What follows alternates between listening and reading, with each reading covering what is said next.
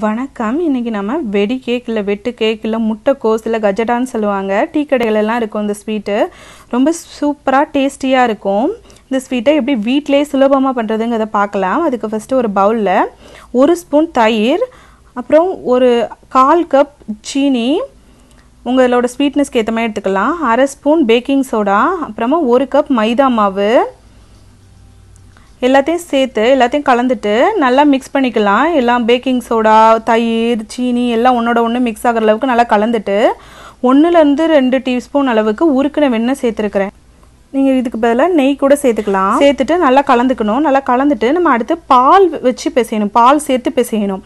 இதுக்கு 4லேருந்து 6 ஸ்பூன் பால் தேவைப்படும். இந்த மாதிரி ஸ்டிக்கி கன்சிஸ்டன்சியாக வர அளவுக்கு உங்களுக்கு எவ்வளோ பால் தேவைப்படுதோ யூஸ் பண்ணி பிசைஞ்சிக்கலாம். இப்படி நல்லா ஸ்டிக்கியாக இந்த மாதிரி பிசைஞ்சதுக்கப்புறம் நம்ம அதை ஒரு 1/2 மணி நேரம் அப்படியே மூடி வச்சிடணும். 1/2 மணி நேரம் ஆனதுக்கப்புறம் இந்த மாதிரி மாவு சூப்பராக ரெடி ஆகிட்டு இனிமேல் பொரிச்சு எடுத்துடலாம். கையில் இந்த மாதிரி ஒரு ஷேப் ஒரு பால் மாதிரி எடுத்துட்டு அதை மீடியம் ஹீட்டில் இருக்க எண்ணெயில் போடணும். ஆயில் மீடியம் ஹீட்டில் தான் இருக்கணும். அப்போ தான் கரெக்டாக எல்லா பக்கமும் பொரிஞ்சு உள்ள வரைக்கும் வேகும். நம்ம இந்த மாதிரி திருப்பி திருப்பி விடணும். நம்ம எதுவும் கிராக்ஸ்லாம் போட வேண்டியதே இல்லை. நம்ம இப்படி திருப்பி திருப்பி விட்டு பொரிக்கும் போதே அதுவே தானாகவே கிராக்ஸ்லாம் வரும்.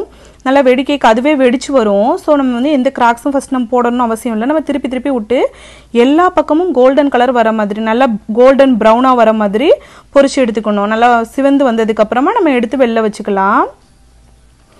அப்புறமா அந்த வெடி கேக் பண்ணுறதுக்கு நம்ம முட்டை சேர்த்தும் பண்ணலாம், முட்டை சேர்க்காமலும் பண்ணலாம். நம்ம இப்போ முட்டை சேர்க்காம பண்ணியிருக்கோம்.